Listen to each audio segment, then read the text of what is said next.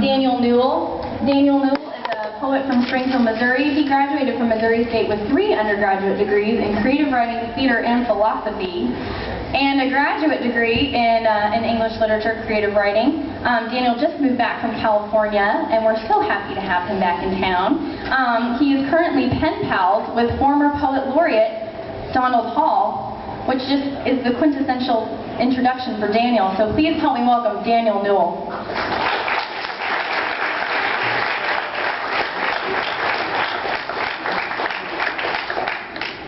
Thank you, my esteemed introducer. I haven't played this venue since '97 when my band, Various Artists, played here. It was called the Juke Joint then. So I'm glad to be back. Thank you, Springfield. What's this? Did you guys give me a gift? You really didn't have to, and in fact didn't. What is it? A framed picture of me? How did you know? Okay, I'm going to set this up. Oh no, it feels like my funeral. Okay. The first piece I'm going to read to you is a poem. And please hold your applause until you feel like clapping. This one's entitled Cursing for Kids. Before everything was the word, which we accepted because words weren't just spoken meaning. They were more. They were things in our heads, which could get mouths washed out with soap, a check on the board, endless suspension. So we had softcore versions of words we weren't to use. Shucks, shikes, shite, shoot, even shnikes we'd yell like some B-chip inside kept us right. Fudge it, freak you, motherfunker. For crying out loud, criminy, Jiminy Cricket, crikey, crap, dang, darn, dern, dang it anyways. Golly, gosh, geez, heck, holy cow. And there were hybrids of shucky darn, gull dern, and others that came from some nowhere. Tarnation, dog my cats. I'm ticked off. Then in children's church, we heard these words were just as bad as those they replaced. Well, fuck, we all thought. Gosh help us, we didn't know what to say. I don't know if you all know this, but I'm, in fact, pen pals, well, actually best pen pals forever, with Donald Hall, former poet laureate and current Daniel Newell pen pal. And this is a poem I wrote about he and his wife, who were both tremendous poets. And I mailed it to him, and he responded back that he liked it. He was embarrassed to say that he liked it, and I'm like, well, yeah, you know, I occasionally like one of my poems too, and I'm embarrassed when it happens. This one's entitled Kenyon and Hall. I checked out her collected poems with his white apples last summer, and read them together, tending to read her slower, wanting it to last longer than 47 years. It's the poetry of the farmhouse, looking out a kitchen window at light that passes through leaves and clouds as he reads the newspaper like a map. His has become the poetry of loss. Over and over she dies in it. Dying, did she know how long he'd write her? I feel for him. Have always felt I'd be the last to go. Have to clean up after, shut up all the lights, drive home through dark. He sits, left alone, serving out the uncertain sentence of the one who lives, with as much of a ghost as anyone. The shape of her in all her clothes. Again hears her whisper Perkins from an upper room. I finished White Apples a week before I'd read all of Kenyon, but kept it. Not to reread it, but so I could return the two of you together.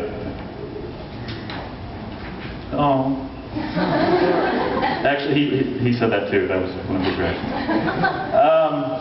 You guys, I just want to take a mental picture of you all for my...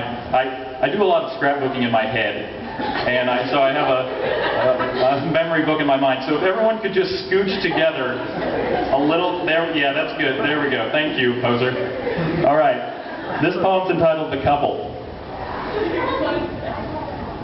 They go right for the corner in Borders where the poetry is stowed. Each about 20 years old, they part the books, look through collections, from contemporary to Khalil Gibran, best love poems and 77 love poems, Billy Collins beside Billy Corgan's Blinking with Fists, because so much falls under poetry. Jewel next to Mark Jarman, the couple, both with shoulder-length hair, Hers dyed a deep red falls over a maroon scarf. His a stray dog shade of blonde with brown undercolor. She slides the 77 from its slot and kisses him quickly like that's the only way to tell him her thoughts. He tugs on her arm. She heads his chest. And they sit in the corner. She first, back to the books, then he facing her, making a small room of each other. She whispers one and he looks over the book at her at the upside down words. It's early February. She's in a long crushed velvet forest green coat. He's in someone else's black leather jacket. It's faded and only covers half his back. The rest is left to his tan t-shirt. The buttons on his jacket are the size of $50. She switches books and they shift. She actually gets up so he can scoot back for her to set between his sprawled legs, and he reads some to her, the other member of their two-person bobsled team. He's her chair. They're spooning setting up in the quarter of quarters. He whispers one to her, and she nuzzles her bulbous nose into his shoulder, twisting into him. He looks like Ike Hansen. So ugly you'd be protective. Tell me not to note how monkey his mouth is. He's in plaid Converse. She's in black flats with ruffles over the toe. And you can see the line of her heels have cut in the tops of her feet, the price of sexy. The yellow flyer in his back pocket advertises recycling. I don't want to leave anything out. Her aged, tapered leg, black jeans, his black string bracelets, her silver rings. Now he's holding her, an arm under her neck and the other under her knees, like she's a wounded soldier, and I miss you. All right, this next poem is entitled On Prayer. Think of all the people praying in their way all over the world. Prayers circling God like bees around a hive. Think of thunder rattling the window panes, the stacks of dishes. Think of faded hands pressed flat in a framed oval over a dining room table. Think of people reaching up, as though out from water, for a lifeguard who may or may not come, may or may not exist. How much human time is spent in prayer? Prayer is like heads down, thumbs up, waiting for God's tap. Prayer is hope with agenda. And whatever God is, an idea or some unmarked leftovers, a personal Lord and Savior, a passing craze, or a homeroom teacher looking on as death plays tag with our friends. If God is, I hope God enjoys us, enjoys creation, enjoys the dog dragging its rear like a paintbrush across the carpet, enjoys the drag queen taping himself into something new, enjoys the dancers crumping or clowning, enjoys my fat family consuming a Sunday buffet like he eats prayer, enjoys writers writing from their first person limited, gets something out of it. This next poem I handcrafted this week. I made it from scratch, as I do all my poems. It's entitled Frogging, kind of a local feel here. On black nights we go to spots that didn't know city lights, neither the marine color of sodium street lamps nor the fluorescent wash of convenience stores. We'd wade out into unseen terrain of ponds that sometimes slipped away beneath our rubber boots and took us further down than we prepared, or dark mud would suck a boot off, fill it with water.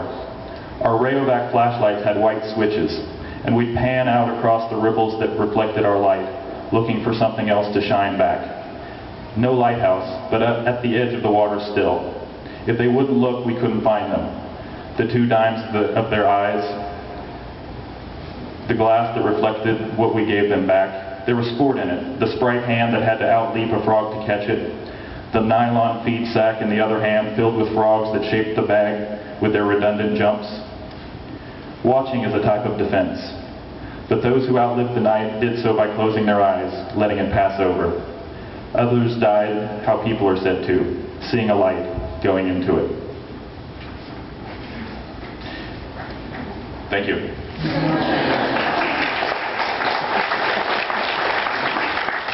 This next poem is entitled Fire, Fire, There's a Fire in the Building. Please move quickly to the exits. I'm serious. Okay.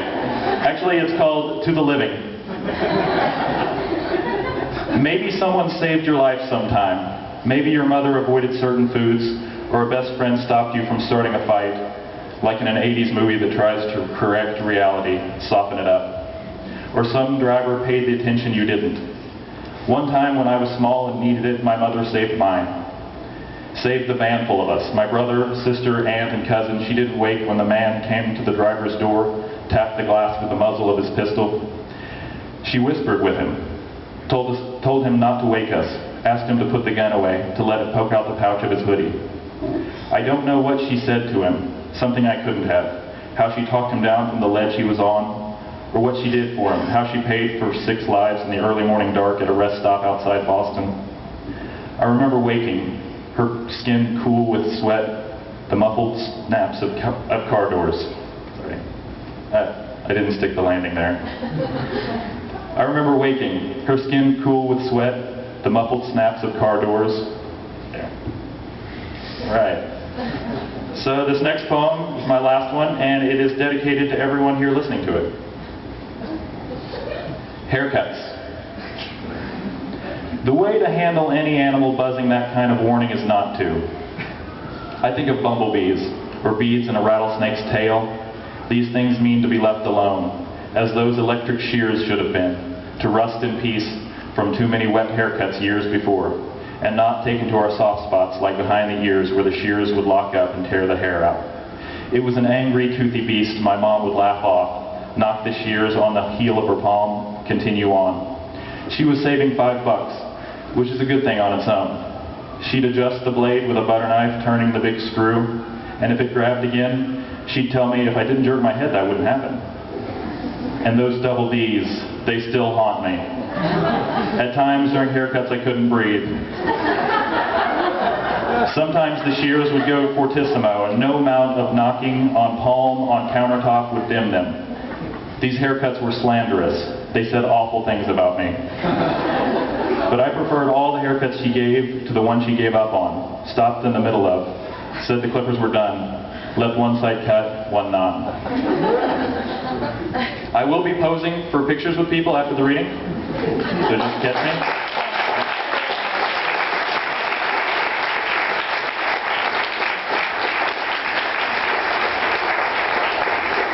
And now I get to introduce Anthony Bradley.